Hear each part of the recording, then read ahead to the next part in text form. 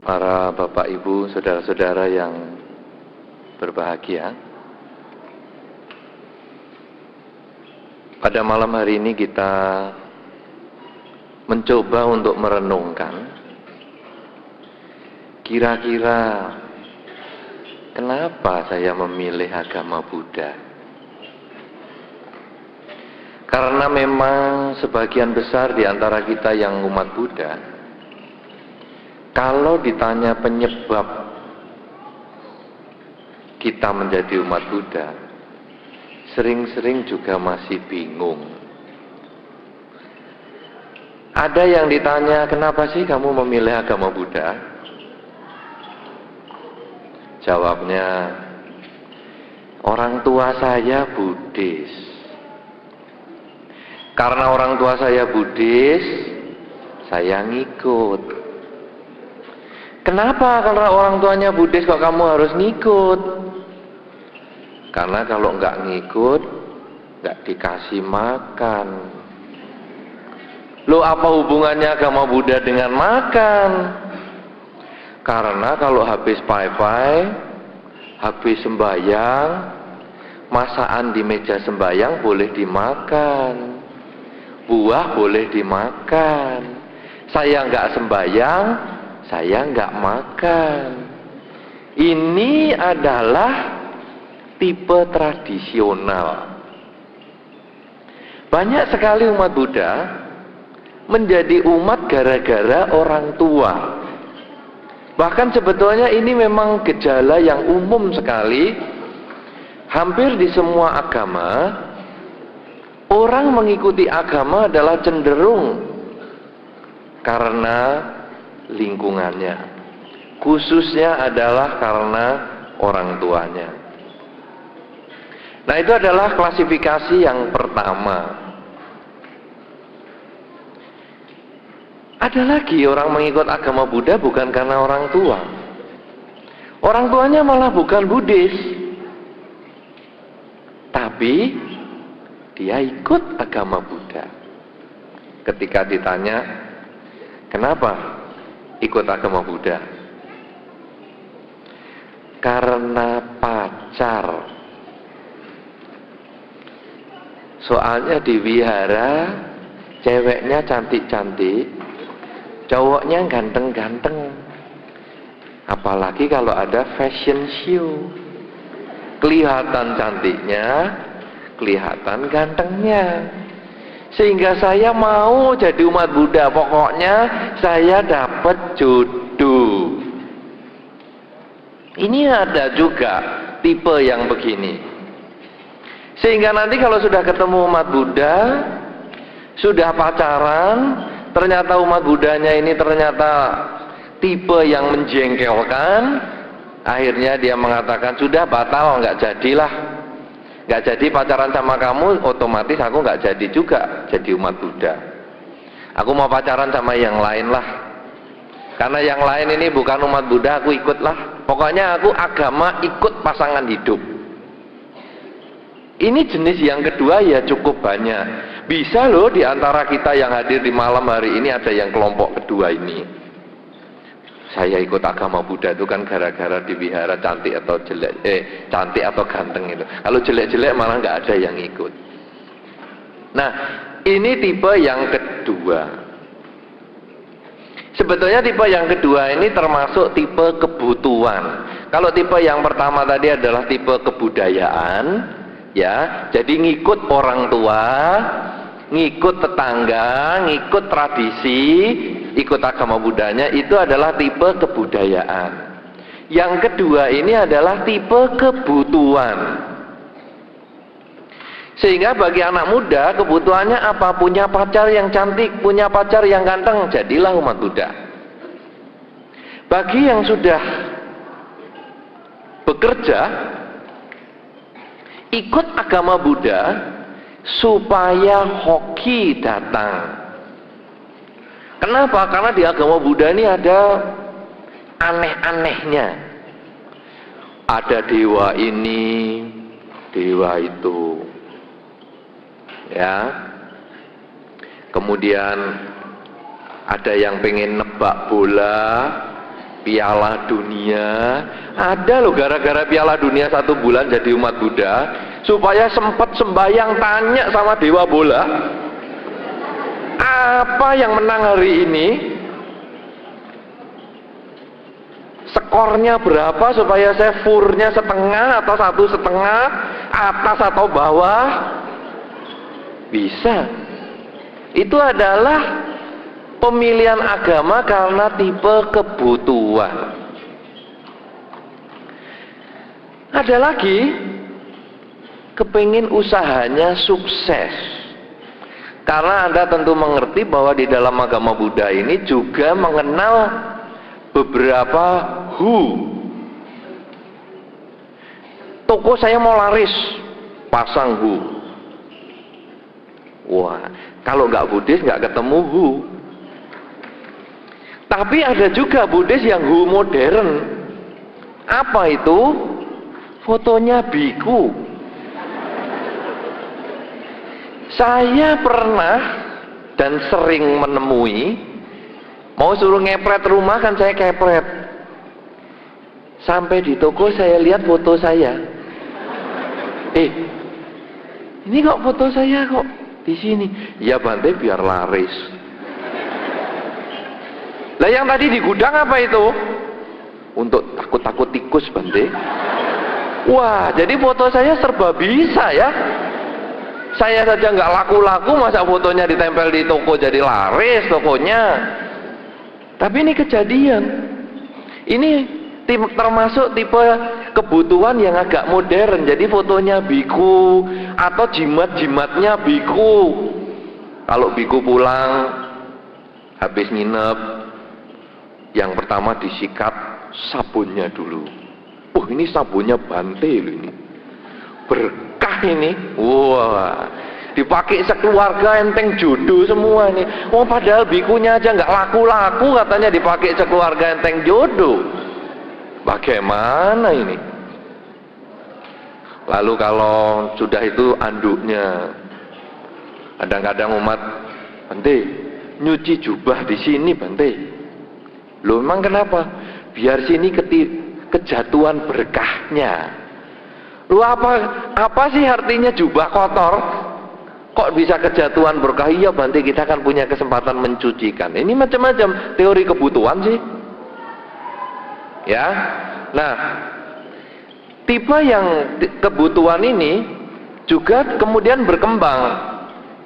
Masuk agama Buddha bukan karena pengen jodoh, bukan karena pengen usaha sukses, kepingin sembuh dari sakit. Ada umat yang sudah sakit lama, didoain nggak bisa, apalagi spesial orang yang sakit kesurupan. Itu banyak yang jadi umat Buddha. Jadi orang yang sakit tidak sembuh-sembuh, terutama yang kesurupan, itu juga biasanya lalu memilih beragama Buddha. Kenapa demikian? Karena katanya seorang biku ini dipandang punya kelebihan. Padahal biku itu kekurangan rambut.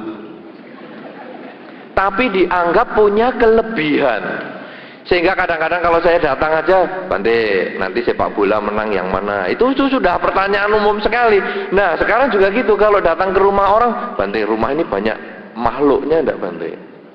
Oh ya, saya lihat ada makhluk tampak, ini suami, istri, anaknya, ini adalah makhluk tampak. Enggak Bante, maksudnya makhluk tak tampak lah, kamu aja nggak tampak apalagi aku.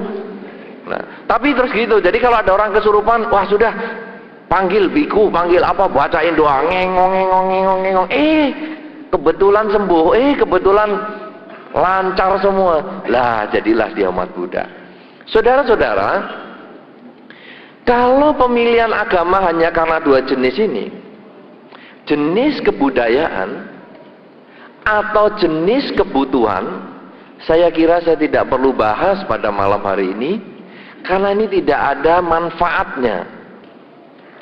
Saya justru akan mencoba membahas tentang bagaimana kita memilih agama Buddha adalah karena pengertian, bukan karena tradisi, bukan karena kebutuhan, tetapi karena pengertian yang benar.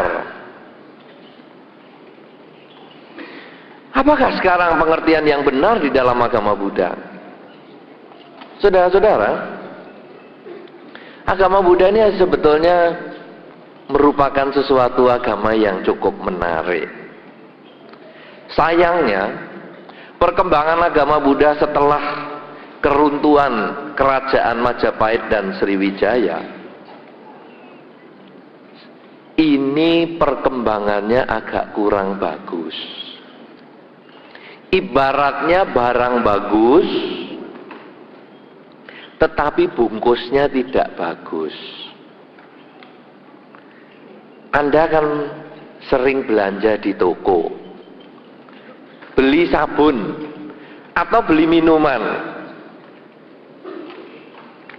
Anda pernah kan belanja, beli sabun atau beli minuman? Kalau bungkus sabun itu lecek, atau kalau tempat minuman ini kucel, kemudian juga lecet di sana, lecet di sini, Anda mau beli barang itu? Hah? Atau Anda, ya saya pilih sabun yang lain lah, padahal sabunnya mereknya sama, cuman yang satu bungkusnya lecek, yang satu bagus. Kan Anda nuker, aku nuker lah, padahal yang Anda tuker cuman bungkusnya. Demikian pula dengan minuman, gelasnya lecek, penyok sana penyok sini, lecet sana lecet sini, itu pun Anda akan tuker nanti. Aku mau tuker yang mulus. Nah, padahal Anda hanya menukar bungkus, bukan menukar isi. Anda beli buku, Anda beli majalah, kalau sampulnya terlipat sedikit aja, tuker dong, tuker yang bagus, yang masih mulus. Oh sudah habis, hanya satu itu, ya udahlah, terpaksa. Kan begitu kan? Betul? Apa yang Anda lakukan dalam masyarakat begitu kan? Nah, agama Buddha itu juga begitu. Seperti sabun yang wangi, seperti minuman yang menyegarkan, seperti majalah yang isinya bermanfaat, tetapi bungkusnya ini agak lecek, agak kurang menarik. Apakah bungkusnya? Bungkusnya itu adalah tradisi. Misalnya menggunakan bahasa yang sulit. Budang saranang gajami, itu banyak orang kepleset loh menyebut itu. Panatipata Wiramani Sika Padang sama Diami. Coba bagi Anda yang baru sekali mendengarkan, apa itu, apa itu, apa itu. Yang sudah berkali-kali mendengarkan saja bisa selip, bisa kepleset. Ini padahal hanya bungkus. Sehingga kadang-kadang demi bungkus ini sudahlah tinggal. Itu bahasa upacara. Lalu duduk di lantai.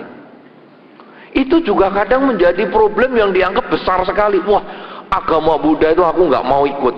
Kenapa? Duduknya di lantai, dengkulku nggak tahan, capek, rematik. Padahal itu bungkus. Anda duduk di kursi ya tidak mengurangi hakikat kebaktian di wihara. Atau harus anjali. Wah, anjali itu kan perintahnya merangkapkan kedua tangan di depan dada. Lah tanganku cuma satu.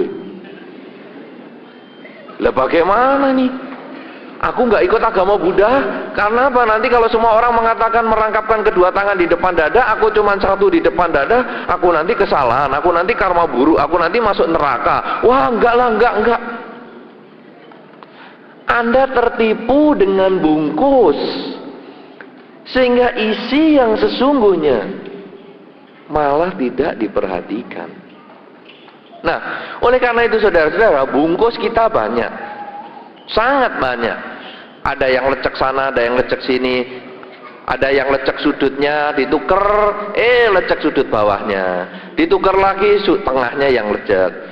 Sabun juga demikian, bungkus ini sobek, ditukar bungkus yang lain, sobeknya di tempat yang berbeda.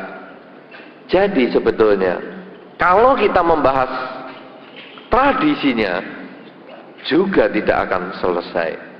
Bahkan kadang di antara umat Buddha sering mempermasalahkan tradisi ini, geger-geger, cekcok-cekcok, tidak bersepakat gara-gara tradisi. Padahal sebetulnya tradisi ini hanya bungkus.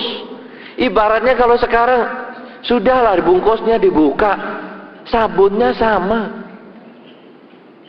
airnya sama, menyegarkan, majalahnya sama, isinya bermanfaat. Kenapa orang sibuk dengan bungkus? Nah, oleh karena itu saudara-saudara, inilah yang sebetulnya menghambat kemajuan agama Buddha sejak runtuhnya zaman Majapahit sampai hari ini. Sebetulnya adalah karena kita sibuk urusan bungkus. Sehingga kalau kita ngomong-ngomong dengan umat Buddha yang lain, kalau mau memilih agama, kita akan tanya, kamu agamanya apa? Buddha. Buddha yang mana? Lah, ini sudah menanyakan bungkus. Oh, aku Buddha A. Wah, Buddha A itu sesat. Buddha B yang cocok. Wah, Buddha B salah. Buddha C yang paling sesuai. Jadi kita mempertentangkan bungkus yang tidak ada manfaatnya. Geger yang akhirnya rugi sendiri. Nah, saudara-saudara, kalau begitu sekarang bukan bungkus yang kita bahas, apa sebetulnya yang ada di dalam Dharma yang membuat kita menjadi tertarik dengan agama Buddha, atau yang membuat seharusnya kita bisa sadar akan kelebihan Dharma, sehingga saya bertekad menjadikan agama Buddha sebagai pedoman hidupku mulai sekarang sampai selama-lamanya. Saudara-saudara, agama Buddha itu sesungguhnya bukan agama upacara atau bukan agama bungkus. Jangan Anda mengatakan, saya umat Buddha karena saya sudah sembayang sekian puluh tahun. Coba lihat itu patung di rumah saya, sampai hitam kena dupa. Coba lihat karpet di rumah saya, sampai lubang-lubang ketetesan api dupa. Berapa puluh tahun saya namaskara sampai karpet saya habis bulunya. Itu bukan jaminan umat Buddha. Oh, saya umat Buddha, coba lihat nih leontin saya 1, 2, 3, 4, 5, wah keliling 32 leontin dipakai semua. Itu bukan umat Buddha. Saya umat Buddha, saya sudah hafal parita sekian banyak. Buku biru habis, buku kuning habis, buku merah habis, buku ramalan pun habis, tafsir mimpi habis, sehingga Singapura tahu, mana juga tahu. Tidak ada manfaatnya. Tetapi sebetulnya memilih agama Buddha karena pengertian itu adalah karena kita melaksanakan di dalam kehidupan. Nah, saudara-saudara, apa yang sekarang kita harus laksanakan di dalam kehidupan? Apa yang membuat menarik untuk kita sebagai umat Buddha yang penuh pengertian melaksanakan Dharma di dalam kehidupan sehari-hari? Saudara-saudara, agama Buddha itu sebetulnya memberikan pelajaran mulai kita dari awal sampai akhir di dalam kehidupan kita. Satu contoh, di dalam Dharma diajarkan bagaimana kita merancang melahirkan anak yang baik. Nah, kan dimulai dari situ kan? Kehidupan kan dimulai dari kelahiran. Jadi di dalam Dharma itu sudah dijelaskan. Salah satunya di dalam Mahatanggasakaya Sutta disebutkan, apakah syarat kehamilan? Kehamilan itu ada 3 kondisi. Syarat yang pertama, di dalam Dharma disebutkan sel ibu matang. Atau katakanlah dalam bahasa sekarang, sel telur, ovum matang, masa subur. Yang kedua, syarat kehamilan adalah ketika sel bapak datang, atau dalam bahasa yang sederhana, sperma ada di situ. Yang ketiga disebut pati sandi winyana atau kesadaran penerus ada di dalam pertemuan sel telur dan sperma tersebut. Nah, jadi ada 3 kondisi. Jadi dari sini kita bisa melihat, oh, orang hamil ini ada 3 kondisi. Dari mana pati sandi winyana atau kesadaran penerus? Sebetulnya ini adalah dari makhluk yang meninggal, kemudian kesadaran penerusnya datang. Pada saat sel telur dan sperma kondisinya sesuai, maka pati sandi datang. Hal inilah sebetulnya yang menjelaskan kenapa ada orang merit sudah sekian tahun, diperiksa dokter, semuanya sehat, pria dan wanitanya sehat, kok nggak hamil-hamil. Kenapa? Karena kehamilan bukan hanya ditentukan oleh sel telur dan sperma saja yang sehat, tetapi juga kesadaran penerus. Sehingga kita sekarang bisa mulai berpikir, bagaimana supaya mendapatkan kesadaran penerus yang baik. Nah, lalu kita melaksanakan banyak membaca parita, meditasi, sehingga getaran pikiran suami istri itu adalah getaran pikiran yang positif, getaran pikiran yang baik, sehingga akhirnya ketika sel telur dan sperma ini bertemu, kesadaran pikirannya adalah yang baik-baik, maka ketika kehamilan datang, datanglah anak yang baik. Ini sebetulnya adalah merupakan salah satu awal kelahiran. Kemudian ketika ada kehamilan, lalu anak lahir, juga ada peraturan di dalam Dharma yang mengajarkan bagaimana perilaku orang tua terhadap anak. Ini terdapat di dalam Sigalo Wada Sutta. Di dalam sutta itu sangat dijelaskan bahwa orang tua hendaknya mencegah anak berbuat jahat. Jadi ketika anak, kadang-kadang anak kecil kan lihat semut, dipencet. Lihat semut, dipelintir. Lihat nyamuk, ditepok. Lihat cicak, dicepret karet. Orang tua punya kewajiban mengarahkan anak untuk berbuat baik. Kita tanya, kamu kalau dicepret karet sakit enggak? Ya sakit. Lah makhluk lain kalau dicepret karet juga sakit. Tapi kok nggak ngomong? Karena dia bibirnya nggak seperti kamu. Coba kalau kamu bibirnya kayak cicak, ya kamu nggak bisa ngomong. Jadi kita mulai terangkan bahwa menyakiti makhluk lain itu buahnya adalah pada diri kita sendiri. Anak diajarkan untuk takut melakukan kejahatan. Dengan demikian maka anak sejak kecil dididik untuk menjadi baik, dan ini ada sutanya. Karena itu menjadi orang tua gampang. Ya, menjadi orang tua mudah, melahirkan anak mudah, tapi mendidik anak itu sangat sulit. Nah, saudara-saudara, tugas orang tua yang pertama kepada anak adalah mendorong anak untuk tidak melakukan kejahatan. Kemudian yang kedua, mendukung anak supaya anak melakukan kebaikan. Jadi kalau tadi yang mencet semut dilarang,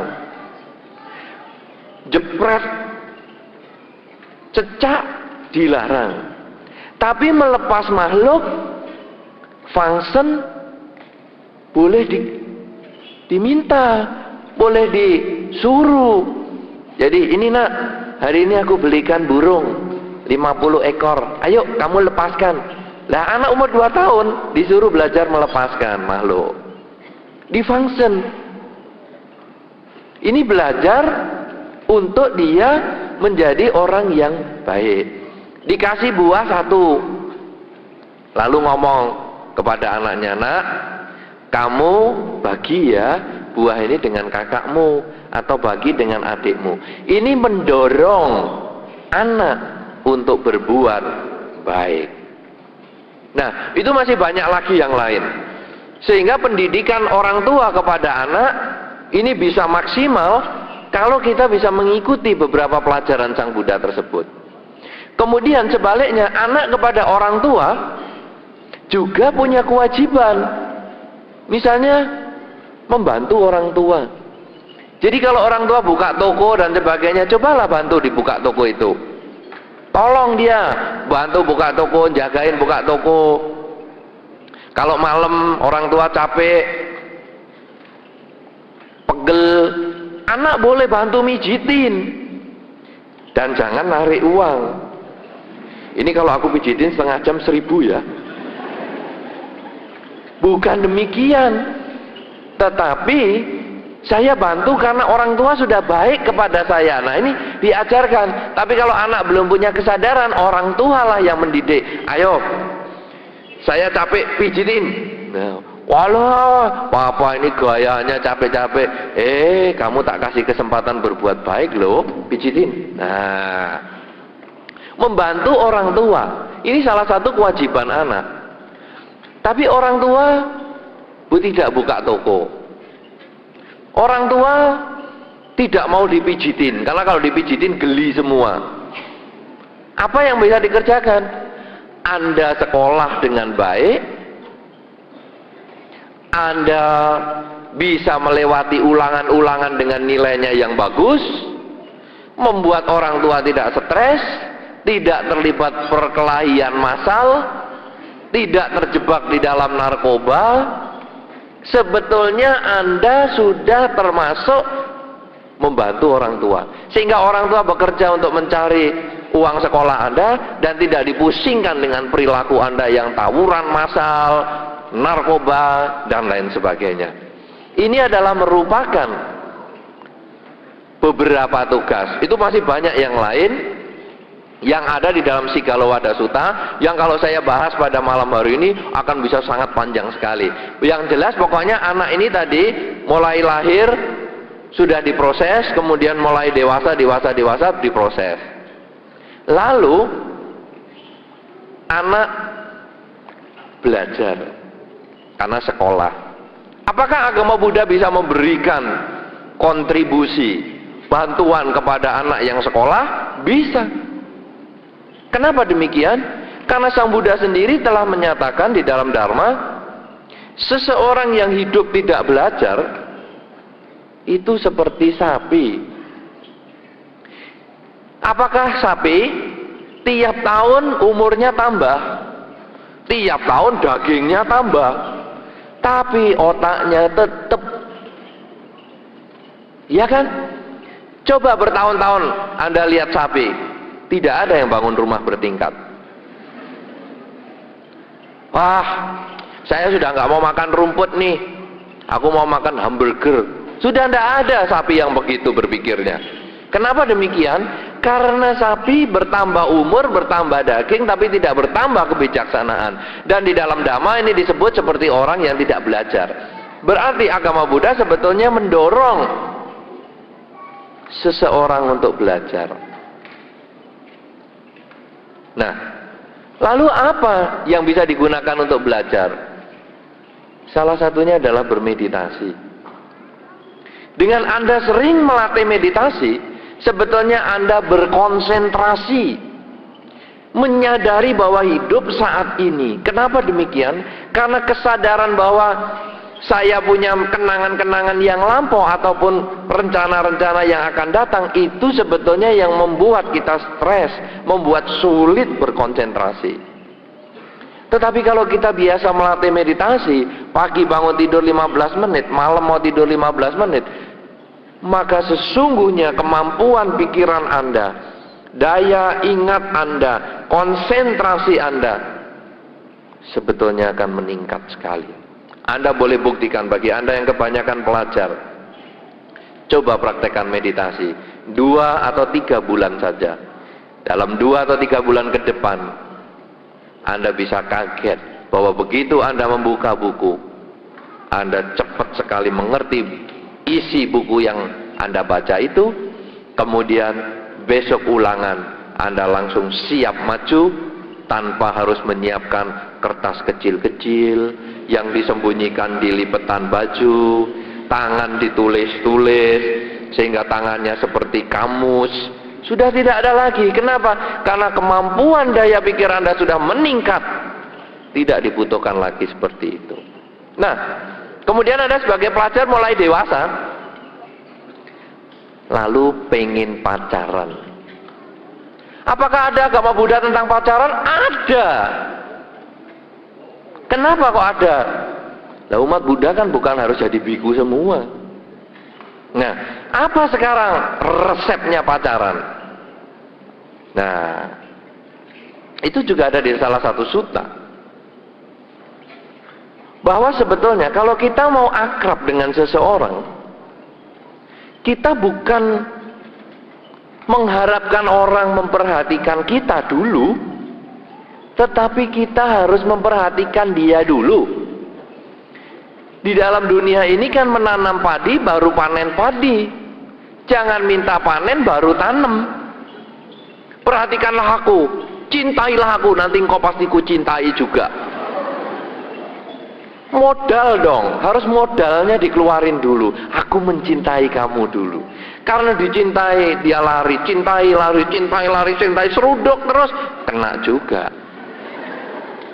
Loh, bagaimana caranya? Nah, nomor 1, saudara,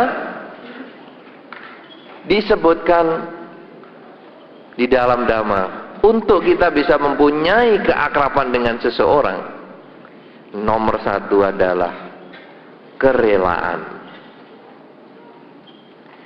Rela itu bisa berarti materi, bisa berarti bukan materi. Kalau Anda mengajak calon Anda makan di restoran, lalu tiap kali makan Anda hanya ngomong, kamu dulu yang bayarin ya, nanti aku bulan depan. Ini sudah bulan depan. Bulan lalu kan kamu juga ngomong gitu, maksudku bulan depan ini loh, kamu bulan ini tetap bayar. Lah itu sudah 3 bulan kan kamu katakan begitu. Kalau kamu akan bayar bulan depan, iya itu maksudnya bulan yang akan datang ini loh. Selalu bulan yang akan datang, selalu bulan yang akan datang. Lah kapan datangnya? 20 tahun pacaran begitu, rugi besar. Kenapa? Karena kita tidak mau berdana. Berdana yang bersifat materi. Ulang tahun lupa. Telepon juga enggak. Ketika ditanya, loh, kamu ulang tahunku ingat? Loh, kenapa kau enggak telepon? Pulsa mahal. Sudahlah, kalau memang begitu kamu enggak usahlah sama aku. Kartu beli juga mahal. Ya ngeprint sendiri. Wih, tinta printer lebih mahal. Ya, kalau sudah nggak mau berdana begitu, sudah jangan pacaran saja. Itu kalau sudah pacaran begitu nanti harus ada debit dan kreditnya. Tanggal sekian pemasukan ini, tanggal sekian pengeluaran segitu. Terus dicatat terus, nanti kalau nggak jadi pacaran, di total kamu utang sama aku sekian. Kalau sudah suami istri juga terus di total, aku dulu investasi untuk dapat kamu sekian loh. Ini sudah nggak usah dilanjutin kalau pacaran model gini. Nah, jadi dengan berdana seperti itu sebetulnya kita memberi perhatian. Tetapi bukan hanya materi, juga bisa yang bukan materi. Contohnya, ayo kita berangkat mendengarkan dhamma. Aku boncengin ya. Loh, aku ngebut ya. Aku lewat jalan yang agak rusak.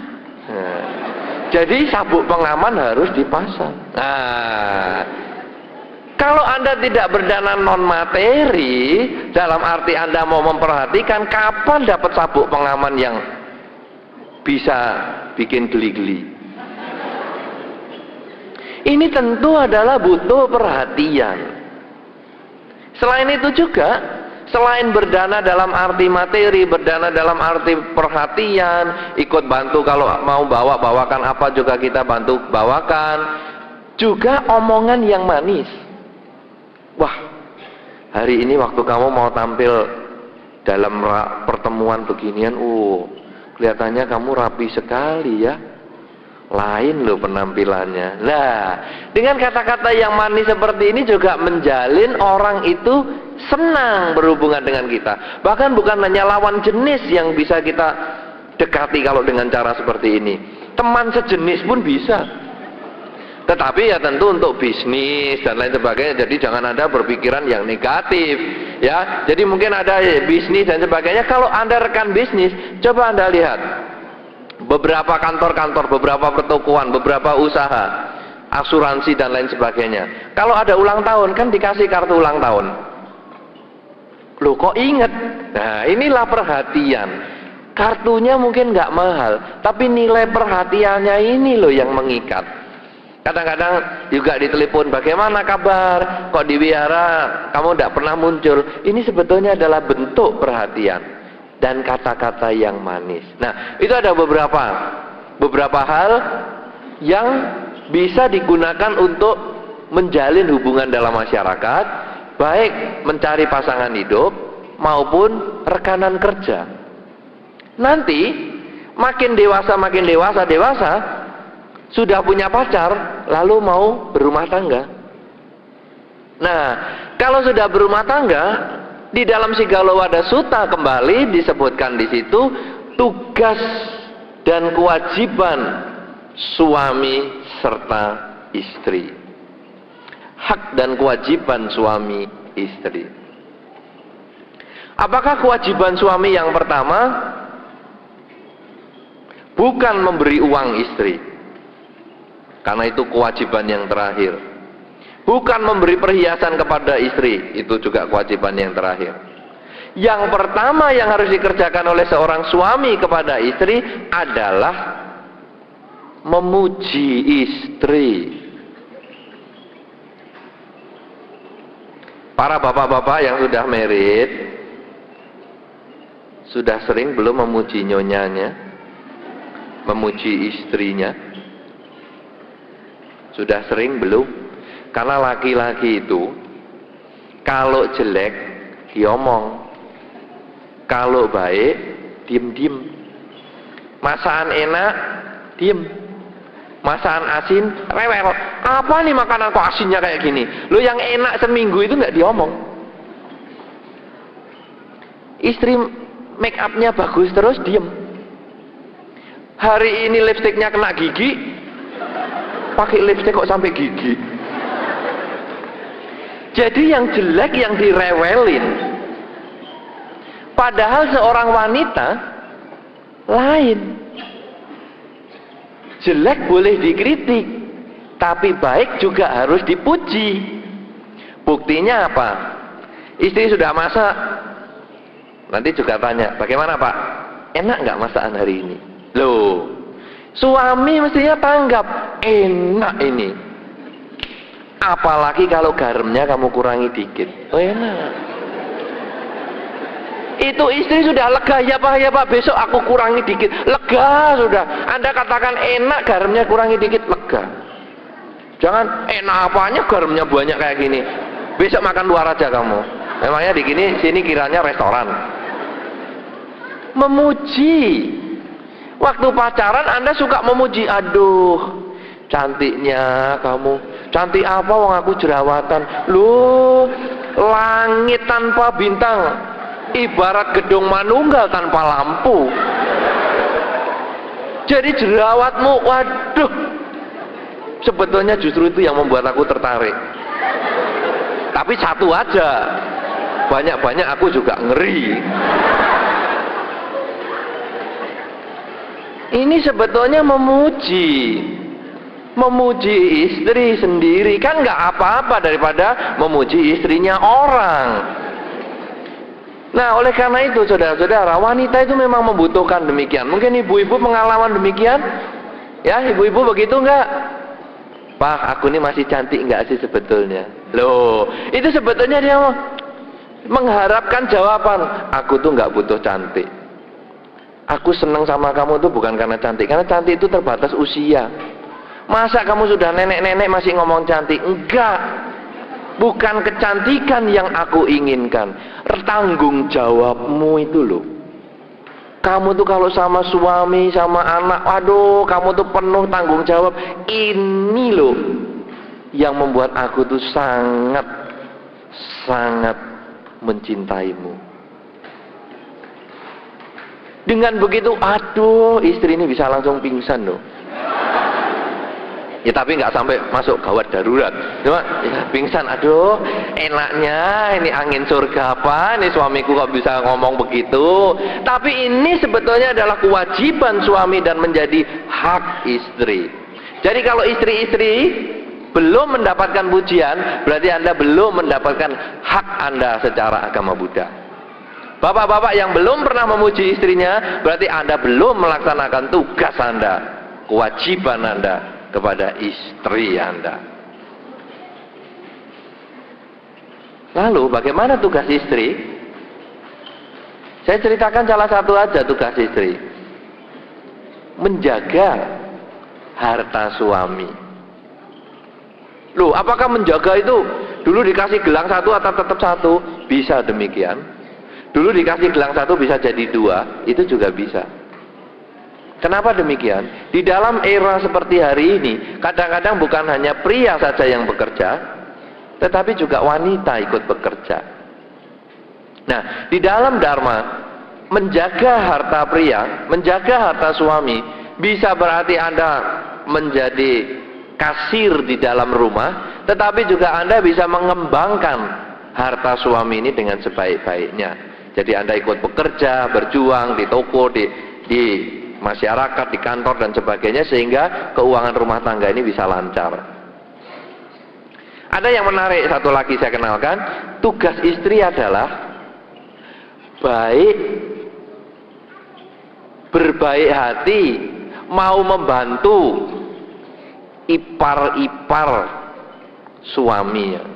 Jadi bukan iparnya suami, maksudnya keluarga suami. Saya lalu merenung, kenapa demikian ya? Karena kadang istri itu kalau sama adik ipar atau kakak ipar kan agak galak. Ibu-ibu ngalami nggak? Sama kakak ipar, sama adik ipar agak galak-galak. Kamu gayanya, kalau aku nggak dapat adikmu mana sudi aku lihat kamu. Ternyata di dalam Dharma itu menjadi tugas istri, menjadi hak suami. Istri itu harus baik sama ipar-iparnya, baik ipar pria maupun ipar wanita, mertua dan lain sebagainya. Nah, ini berkembang. Kemudian nanti kalau sudah bekerja, punya pasangan hidup, nah nanti punya anak, lah lanjut lagi seperti yang tadi lagi. Jadi proses agama Buddha, kenapa kita bisa memilih agama Buddha? Karena agama Buddha bisa dipakai sejak manusia lahir atau bahkan belum dilahirkan, masih bakal bayi di dalam kandungan, sampai lahir, pendidikan anak, proses belajar, mencari pasangan hidup, menjadi suami istri, demikian seterusnya. Bahkan nanti kalau akan meninggal pun, agama Buddha juga memberikan jalan bahwa seseorang akan meninggal ini pati sandi winyananya akan terlahir di alam yang lain. Karena itu lalu apakah yang harus dilakukan? Meditasi yang tadi dilatih sejak Anda masih belajar, itulah yang dipraktekkan di ranjang pembaringan ajal kita masing-masing. Jadi karena sudah menjadi kebiasaan sejak muda bermeditasi, maka pada saat akan meninggal bermeditasi, nah masuklah tahap yang berikutnya. Bukan hanya agama Buddha ini bisa digunakan di dalam kehidupan ini untuk mencapai kebahagiaan dari berbagai segi, juga setelah meninggal. Karena kemampuan meditasi yang kita latih sejak remaja itu sudah kita praktekkan terus, maka ketika meninggal kita bisa mengarahkan kita mau lahir di mana. Di dalam Dharma telah dikenal bahwa setelah kehidupan ini ada 26 alam surga.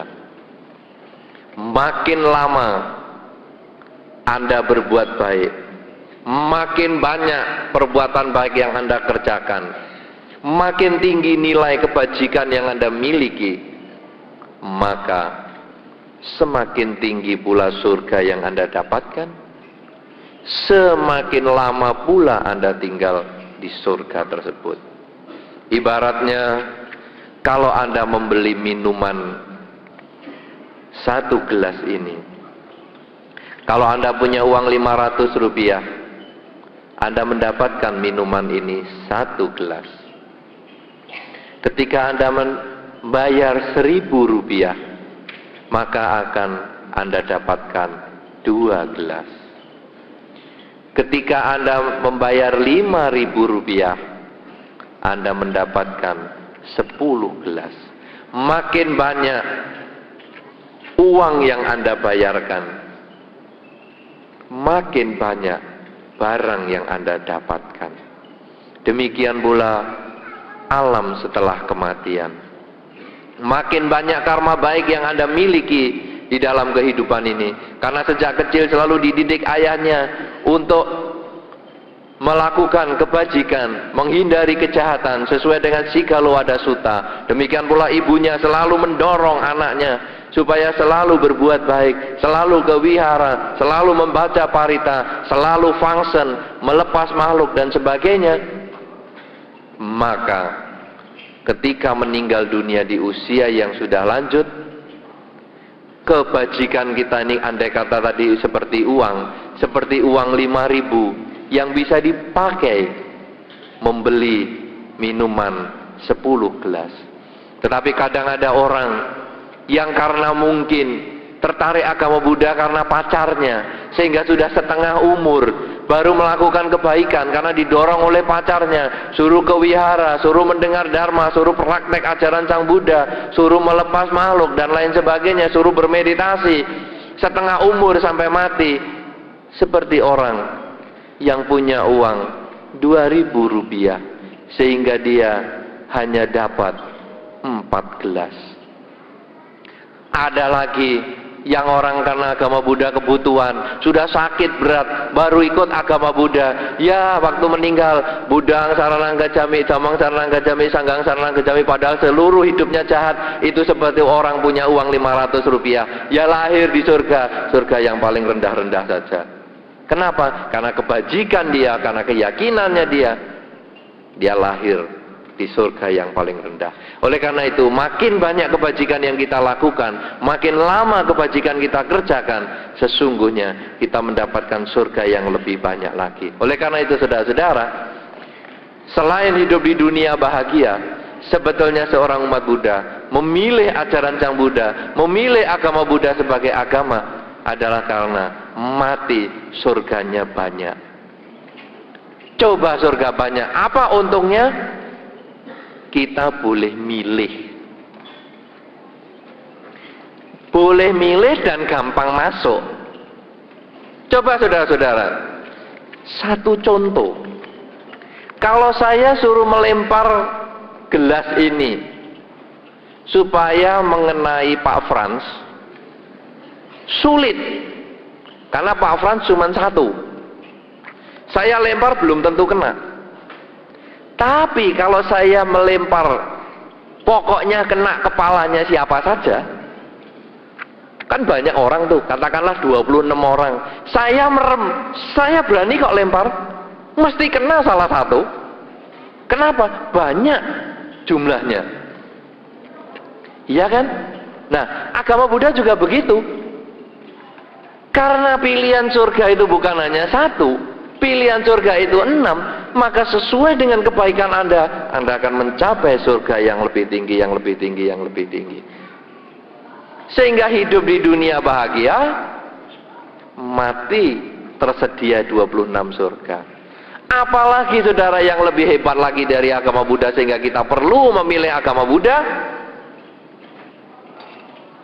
bahwa agama Buddha tujuan akhir mencapai nibbana ini sesungguhnya bisa dicapai ketika manusia masih hidup. Nibbana sebagai tujuan akhir atau nirwana adalah Tuhan di dalam agama Buddha. Konsep ketuhanan yang Maha Esa di dalam agama Buddha. Tuhan di dalam agama Buddha bukan dicapai ketika manusia sudah meninggal, karena itu sulit dibuktikan. Karena semua orang yang meninggal tidak pernah kembali dan laporan ketemu dengan Tuhannya. Ada yang pernah laporan? Tidak ada. Tetapi Tuhan di dalam agama Buddha yang disebut nirwana atau nibbana sebetulnya bisa dicapai ketika manusia masih hidup. Pangeran Siddhartha setelah 6 tahun bermeditasi mencapai kesucian, sebetulnya mencapai pengertian tertinggi tentang konsep ketuhanan di dalam agama Buddha. Para murid Sang Buddha yang kemudian melatih diri dan mencapai kesucian, sebetulnya mereka pun juga mengerti konsep ketuhanan di dalam kehidupan ini juga. Oleh karena itu saudara-saudara, konsep ketuhanan yang Maha Esa di dalam agama Buddha bisa dicapai dalam kehidupan ini, bisa kita buktikan dengan jalan mulia berunsur 8. Oleh karena itu Dharma ajaran Sang Buddha ini mengundang untuk dibuktikan, bukan hanya dipercaya, tetapi mengundang untuk dibuktikan. Sehingga akhirnya ketika kita sebagai umat Buddha bukan hanya sembahyang mengikuti tradisi, kita sebagai umat Buddha bukan hanya menjalani ajaran Sang Buddha karena kebutuhan, tetapi karena kita mengerti bahwa pencapaian konsep ketuhanan yang Maha Esa bisa dicapai di dalam kehidupan ini juga. Oleh karena itu saudara-saudara, inilah yang sesungguhnya menjadi pilihan kita sebagai seorang umat Buddha. Bahwa umat Buddha, ada yang umat Buddha tradisi, ada umat Buddha kebutuhan, dan yang ketiga adalah umat Buddha karena pengertian. Pada malam hari ini saya mencoba mengenalkan kepada Anda ketiga jenis pengikut ajaran Sang Buddha ini, supaya masing-masing di antara kita bisa merenungkan, saya tipe yang mana. Tipe apapun juga Anda tidak usah kecewa, karena mulai sekarang sampai selama-lamanya nanti Anda mulai bisa melaksanakan ajaran Sang Buddha di dalam kehidupan sehari-hari. Anda sebagai pelajar ingin meningkatkan kualitas Dharma, mau meningkatkan kualitas pengetahuan Anda, mau meningkatkan nilai-nilai pelajaran Anda, Dharma menyediakan. Anda ingin cari pacar, Dharma menyediakan. Anda ingin menjadi suami istri, Dharma menyediakan. Anda ingin menggalang kerjasama dengan teman-teman kerja yang lain, Dharma menyediakan. Anda ingin mati dan terlahir di salah satu dari 26 malam surga, Dharma menyediakan. Anda ingin mencapai kesucian, mencapai kebebasan, mencapai Tuhan yang Maha Esa di dalam kehidupan ini, Dharma memberikan. Apa yang tidak ada di dalam kehidupan ini yang bisa diberikan oleh Dharma? Semuanya ada. Dharma ibaratnya supermarket. Apa saja kebutuhan Anda bisa ambil, Anda bisa dapatkan. Oleh karena itu saudara-saudara, jangan hanya bermasalah dengan bungkus-bungkus sabun, bungkus-bungkus Dharma yang isinya hanya tradisi-tradisi itu, tetapi marilah kita melihat Dharma yang lebih dalam, sehingga akhirnya Dharma ini akan memberikan manfaat di semua segi kehidupan. Sehingga dengan demikian pula kita lalu memilih agama Buddha sebagai agama kita, bukan hanya untuk upacara, tetapi untuk pedoman hidup, langkah hidup kita mulai sekarang sampai selama-lamanya, sehingga mencapai kebahagiaan di kehidupan ini, bahagia setelah kelahiran ini, terlahir di salah satu dari 26 surga, ataupun bahagia di dalam kehidupan ini yang tertinggi, yaitu nirwana, nibbana, Tuhan Yang Maha Esa dalam kehidupan ini. Inilah yang perlu saya sampaikan. Semoga Anda berbahagia, semoga bermanfaat. Terima kasih. Selamat malam. Sabe Sata Bhawantu Sukitata.